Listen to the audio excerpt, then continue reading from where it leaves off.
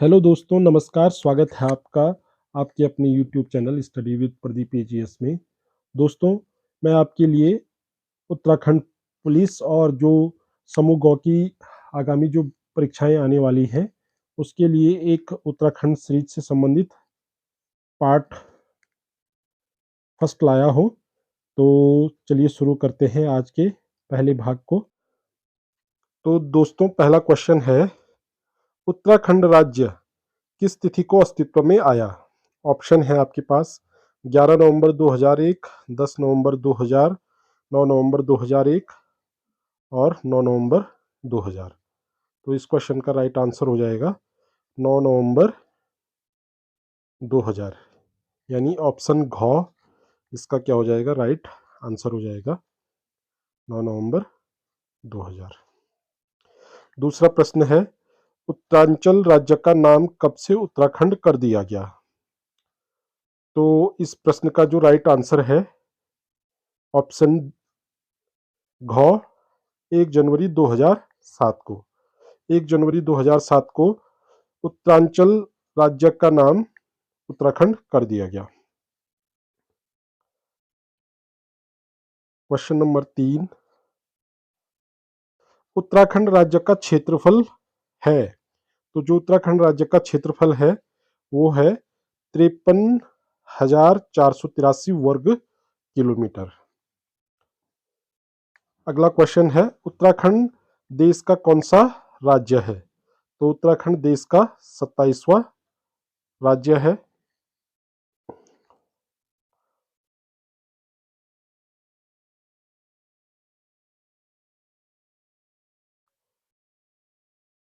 अगला क्वेश्चन, क्षेत्रफल की दृष्टि से उत्तराखंड देश का कौन सा बड़ा राज्य है? जो क्षेत्रफल की दृष्टि से सबसे बड़े राज्य का जो क्रम है उत्तराखंड का, तो वो है 18वां, यानी ऑप्शन ग क्या हो जाएगा, इसका राइट आंसर हो जाएगा। अगला क्वेश्चन है, उत्तराखंड में कुल कितने जिले हैं?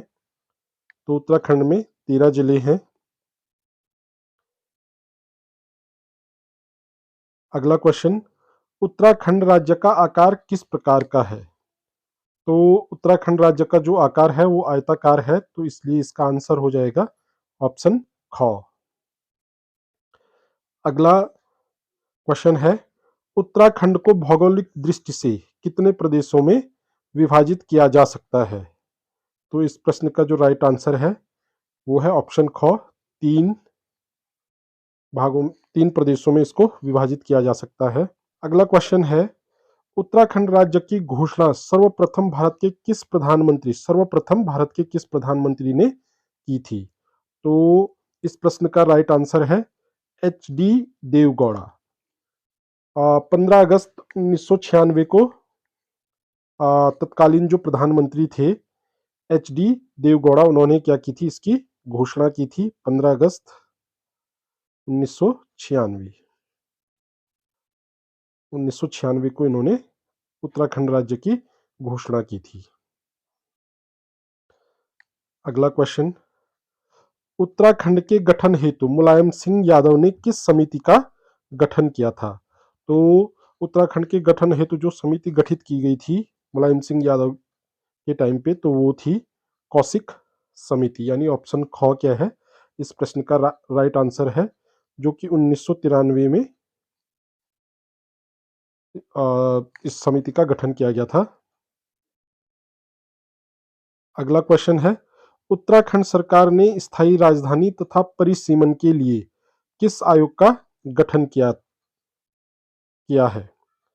था? तो इस प्रश्न का जो राइट आंसर होगा वो होगा दीक्षित आयोग। तो जो जस्टिस वीरेंद्र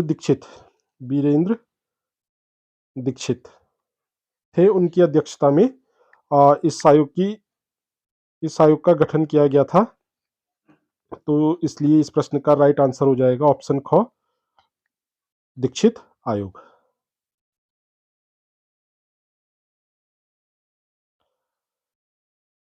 अगला क्वेश्चन है, उत्तराखंड राज्य विधेयक को राष्ट्रपति ने किस तिथि को अपनी स्वीकृति दी थी।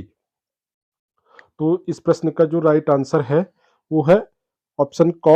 28 अगस्त 2000 को राष्ट्रपति ने अपनी स्वीकृति इस उत्तराखंड राज्य विधेयक को दी थी और 9 नवंबर 2000 को क्या हुआ था, उत्तराखंड राज्य अस्तित्व में आया था। अगला प्रश्न है उत्तराखंड के नए डीजीपी कौन है? तो उत्तराखंड के जो नए डीजीपी हैं इनमें से वर्तमान में कोई भी नहीं है और जो उत्तराखंड के वर्तमान में डीजीपी हैं वो है अशोक कुमार। अशोक कुमार ये वर्तमान डीजीपी हैं। अगला क्वेश्चन,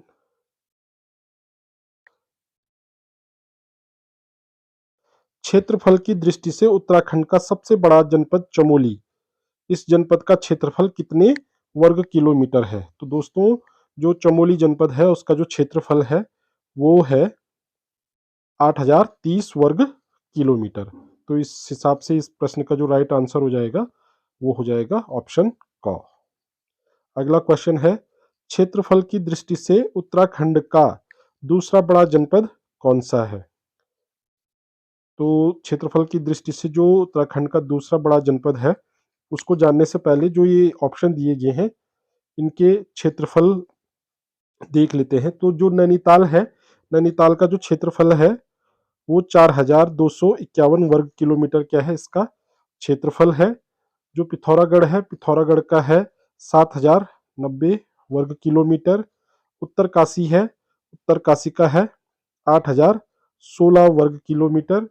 और जो देहरादून है, देहरादून का जो क्षेत्रफल है वो है 3088 वर्ग किलोमीटर।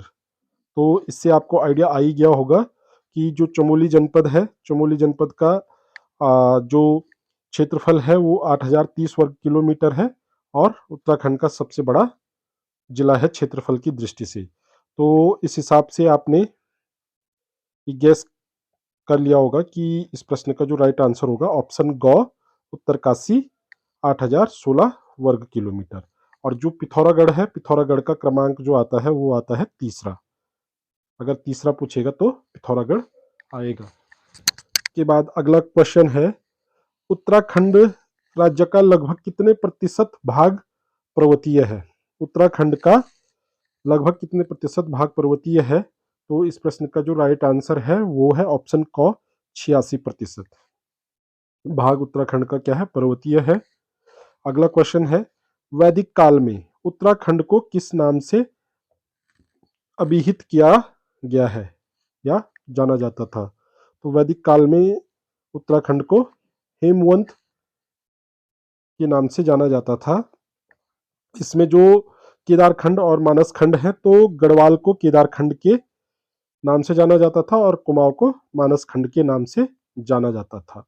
तो यहाँ पे जो प्रश्न नंबर 17 है उसका जो राइट आंसर है वो है ऑप्शन घ, हेमवंत।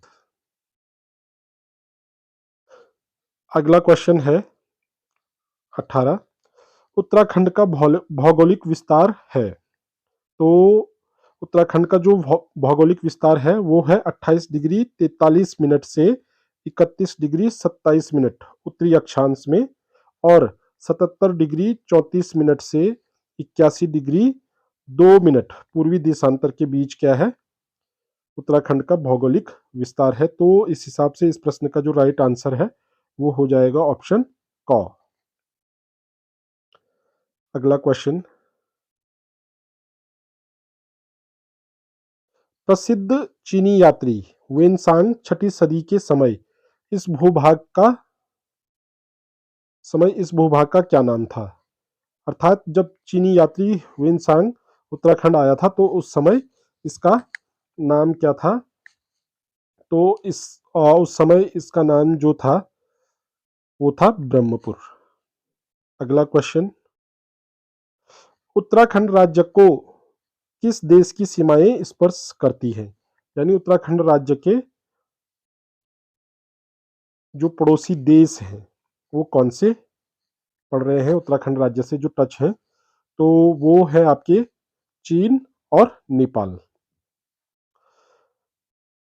तो इस हिसाब से इसका जो राइट आंसर होगा ऑप्शन ग, चीन और नेपाल।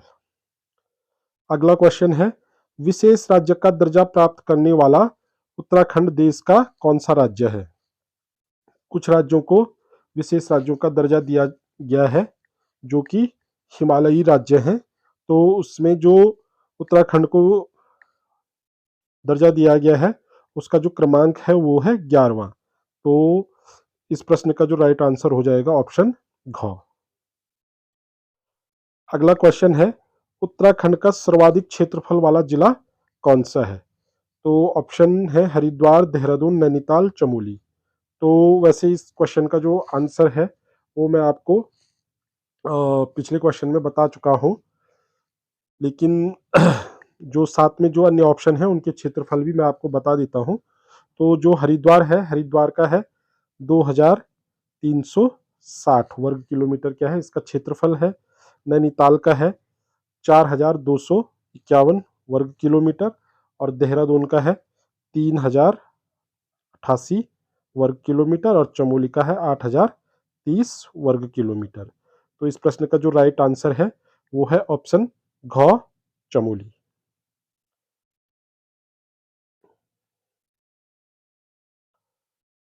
अगला क्वेश्चन है, उत्तराखंड का न्यूनतम क्षेत्रफल वाला जिला कौन है? तो न्यूनतम क्षेत्रफल वाला जो जिला है वो है चंपावत। चंपावत का जो क्षेत्रफल है वो है 1766 वर्ग किलोमीटर क्या है चंपावत का क्षेत्रफल है। उत्तरकाशी का मैं आपको बता ही चुका हूँ कि उत्तरकाशी का जो क्षेत्रफल है वो है 8016 और जो बागेश्वर है, बागेश्वर का है 2246 वर्ग किलोमीटर इसका क्षेत्रफल है। और पिथौरागढ़ का भी मैं आपको बता चुका हूँ कि 7090 क्या है, 90 वर्ग किलोमीटर क्या है इसका क्षेत्रफल है। तो प्रश्न नंबर 23 का जो राइट आंसर है वो है चंपावत। अगला क्वेश्चन है, उत्तराखंड का राज्य पशु है। तो उत्तराखंड का जो राज्य पशु है वो हम सभी को वैसे पता है कि इसका जो राइट आंसर होने वाला है वो है ऑप्शन ग, कस्तूरी मृग।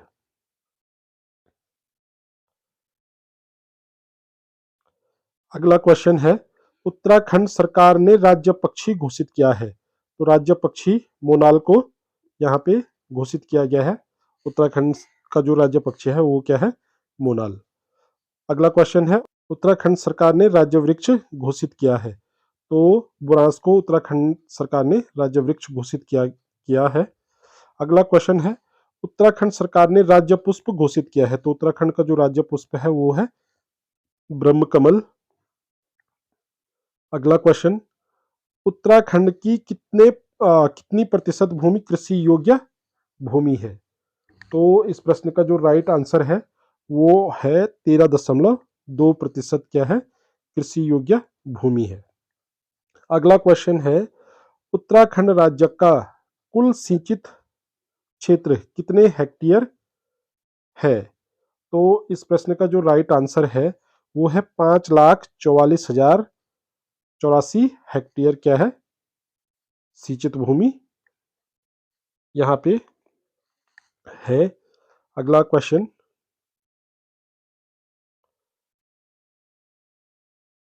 उत्तराखंड में सिंचित कृषि क्षेत्र का प्रतिशत।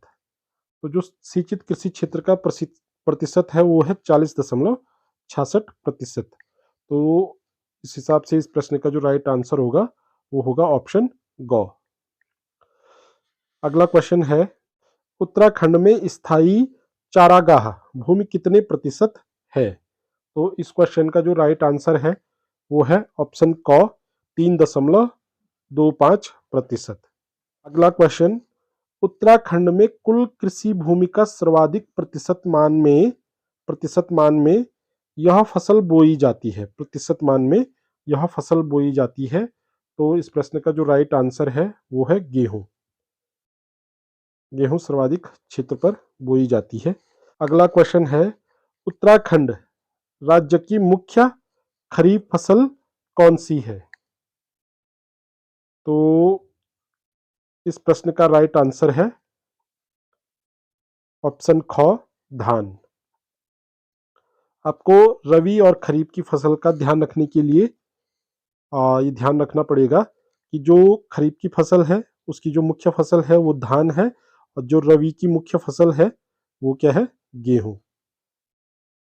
इस हिसाब से आप क्या कर सकते हैं, गैस लगा सकते हैं कि कौन सी फसलें रबी की फसलें हैं और कौन सी खरीफ की फसलें हैं, क्योंकि धान के समय में जो फसलें बोई जाती हैं वो सारी खरीफ की फसलें हो जाएंगी, और जो रबी की फसलें हैं उसके लिए आपको अगर गेहूं की फसल के साथ बोई जाने वाली जो अन्य अनाज या फसल के बारे में पता है तो आप अपना गैस लगा के सही उत्तर चूज कर सकते हैं।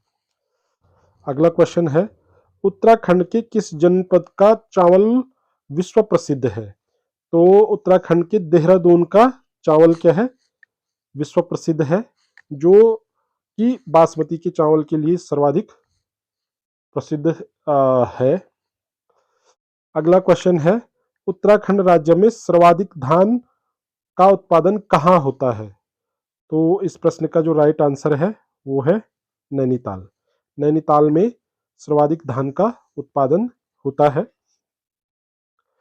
उसके बाद जो अगला क्वेश्चन है, उत्तराखंड राज्य का गेहूं उत्पादन जनपद कौन सा है, यानी जहां गेहूं का उत्पादन अधिक होता है? तो इस प्रश्न का जो राइट आंसर है वो है देहरादून।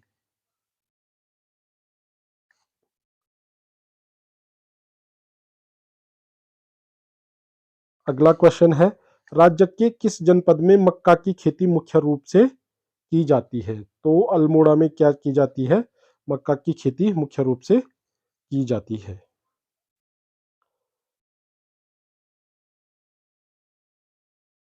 अगला क्वेश्चन है, उत्तराखंड में कितने प्रतिशत भाग में गन्ना पैदा किया जाता है?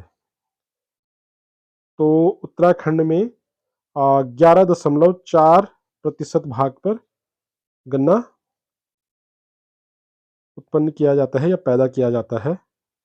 अगला क्वेश्चन है, किस राज्य की ऑर्गेनिक चाय, किस राज्य की ऑर्गेनिक चाय विश्व प्रसिद्ध है? तो इस प्रश्न का जो राइट आंसर है वो है उत्तराखंड की जो ऑर्गेनिक चाय है वो सर्वाधिक प्रसिद्ध है।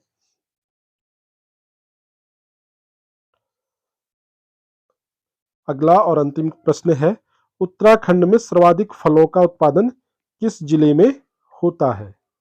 तो इस प्रश्न का जो राइट आंसर है वो है नैनीताल। नैनीताल में क्या होता है, सर्वाधिक फलों का उत्पादन होता है। तो ये थे आज के महत्वपूर्ण प्रश्न। आई होप आपको ये वीडियो अच्छी लगी होगी। यदि आपको वीडियो अच्छी लगी है तो लाइक, शेयर व सब्सक्राइब जरूर करें। धन्यवाद।